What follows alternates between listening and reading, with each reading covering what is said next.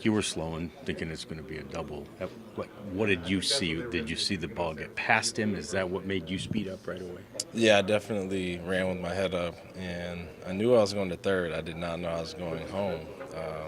But as you approach third base, you pick up Beasley, and he's sending me like he sends people a lot, and I ran out of gas and got lucky, so we'll take it. As it turns out, it was a pretty aggressive send, too, whether you'd run out of gas or not. I mean, you're forcing them to make a perfect play, though, aren't you? No, yeah, Beasley definitely does his homework on the arms and even the relay arms, so that's something that he really takes pride in, and all we can do is run hard and give him everything we've got, and he'll send us. You were running at 28 feet per second at your fastest pace there. That's good.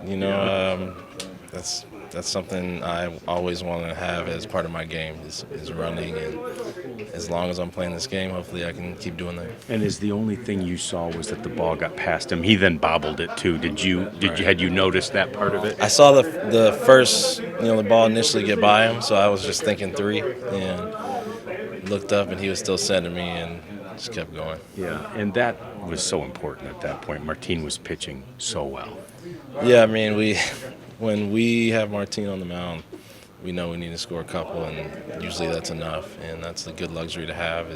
He's our ace, and he's been doing that all year for us. So when it's 0-0 and we get to the later innings, we just want to make sure we can put a couple on the board. Yeah, and it was nice that you got one more in that same inning to just kind of set everybody's mind at ease there. Yeah, I mean that's.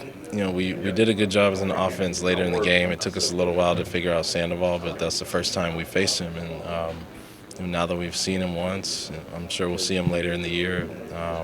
We'll see what kind of plan we come up with. Last thing, Woody talked earlier about how, confidence can be bred from this kind of success. Do you feel like, again, I know it's just 2 in a row, but, it teaches this team, this group, we had a little rough stretch at the start of the road trip. We're not finishing that way. No, I mean, I think anybody in this league is capable to go on a run. And for us, I think we're going to have to pitch the ball well, play good defense, and continue to put pressure on the opposing pitchers. And that's something we did today. We will talk about a lot of things later in the interview, but the lead story to this game is Martin Perez. Always, always. I thought he was going to throw a perfect game, honestly, the way he was throwing the ball early. He ran into a little bit of adversity there, obviously, in the 6th and 7th, but, man, this guy's been special all year. Just executes pitches, gets out of jams, got his stuff working, got the sinker, the cutter, I mean, everything. It's just every start.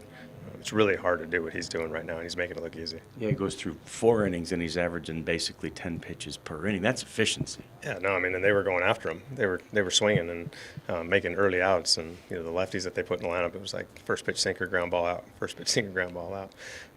But yeah, I mean, just his ability to execute pitches over and over and over again, man, and the passion that he pitches with, you could tell he loves being out there.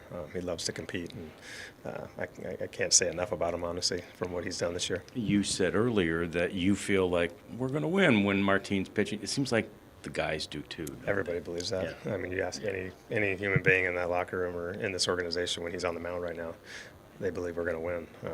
Whether we give him 1 run or 2 runs or 5 runs or 6 or whatever, he's going to find a way to get a W. Yeah, and then the Little League inside the park to break the scoring drought was kind of fun. No, that was a good one. That's a good one for a third base coach with 2 outs. You don't know whether to or 1 out there. It's kind of risky, sending them. But I love that Bees is obviously an aggressive third base coach and forced him to make a play. And Semien's hustling the whole way. I think that's the key to it all.